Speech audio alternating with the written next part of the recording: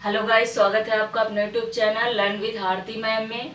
व्याकरण में हम लोगों ने जो है क्रिया पढ़ लिया था।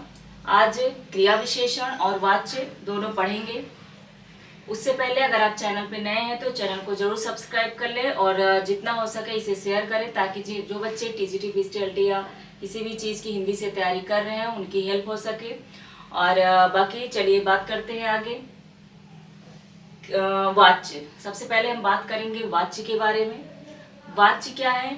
तो क्रिया के जिस रूप से कर्ता, कर्म और भाव का बोध होता है उसे वाच्य कहते हैं। क्रिया के जिस रूप से कर्ता, कर्म और भाव का बोध होता है उसे हम वाच्य कहते हैं।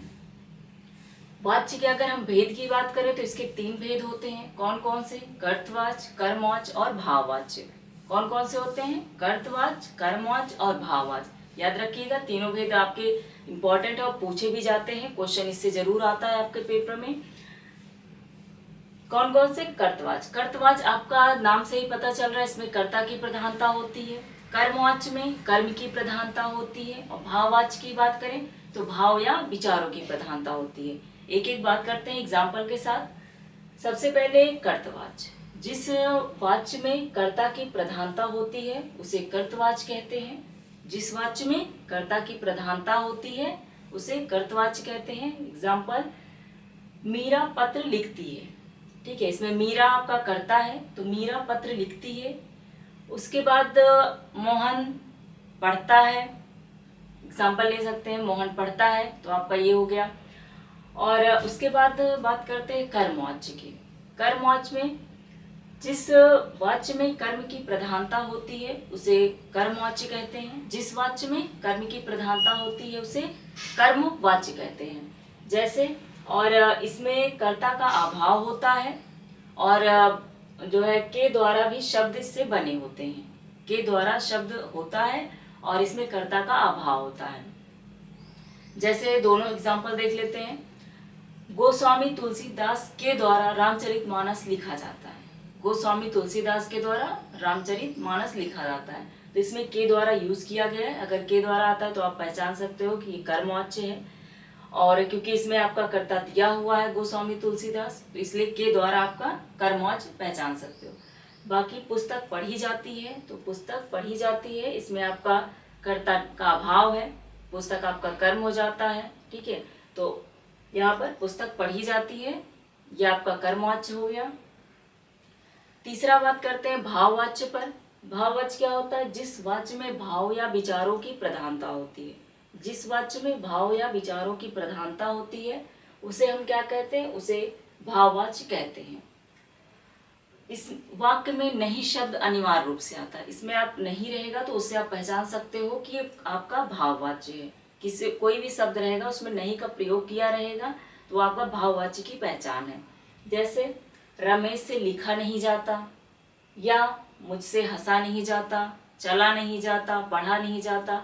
आपका नहीं शब्द का यूज किया जाएगा वो भाव हो जाएगा, भाववाच्य है।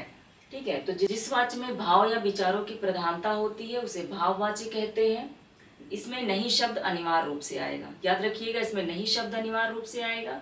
और अगर कर्मवाच्य की बात करें तो इसमें कर्ता का अभाव रहेगा और आपके पहचान के लिए के द्वारा शब्द यूज किया जाएगा। ठीक है, सब में नहीं रहेगा लेकिन किसी किसी वाक्य में आपका के द्वारा रहेगा तो आप पहचान सकते हो कि उसमें आपका कर्मवाच्य है। फिर से एक बार देख लेते हैं। कर्तवाच्य, जिस वाच्य में कर्ता की प्रधानता होती है। और कर्मवाच्य, जिस वाच्य में कर्म की प्रधानता होती है, कर्ता का अभाव होता है और के द्वारा आप पहचान सकते हो उसमें। और भाववाच्य, भाव या विचारों की प्रधानता होती है, इसमें नहीं शब्द अनिवार्य रूप से आया रहता है। आगे बात करते हैं क्रिया विशेषण के बारे में। क्रिया विशेषण आपका क्या है? जो शब्द क्रिया की विशेषता बतलाते हैं उन्हें क्रिया विशेषण कहते हैं। जो क्रिया की विशेषता बताएं, ठीक है, क्रिया की विशेषता बतलाते हैं उन्हें क्रिया विशेषण कहते हैं। जैसे, रमेश धीरे धीरे लिखता है। लिखता है आपका क्या है? क्रिया है। उसकी विशेषता क्या बताया जा रहा है कि वो धीरे धीरे लिखता है। तो धीरे धीरे क्या हो गया? आपका क्रिया विशेषण हो गया। तो रमेश धीरे धीरे लिखता है, लिखता आपका क्रिया हो गया, धीरे धीरे आपका क्रिया विशेषण हो गया। अगर इसमें पूछा जाता है कि क्रिया विशेषण क्या है तो आपका कहेंगे धीरे धीरे। ठीक है, ऑप्शन में दिया रहेगा आपके। और दूसरा एग्जाम्पल देखिए तो सचिन तेज दौड़ता है। दौड़ता है क्या हो गया आपका, क्रिया हो गया। और तेज या धीमा दौड़ रहा है तो वो आपका क्रिया विशेषण हो गया, क्योंकि वो उसकी विशेषता बता रहा है कि वो तेज दौड़ रहा है। ठीक है, क्रिया की। तो तेज दौड़ता है, तेज आपका क्रिया विशेषण हो गया। ये था क्रिया विशेषण। जो शब्द क्रिया की विशेषता बतलाएं उन्हें क्रिया विशेषण कहते हैं। ठीक है, आज हम लोगों ने वाच्य और क्रिया विशेषण खत्म कर दिया है। उसके बाद आपका मिलते हैं नेक्स्ट वीडियो में। Okay guys, thank you.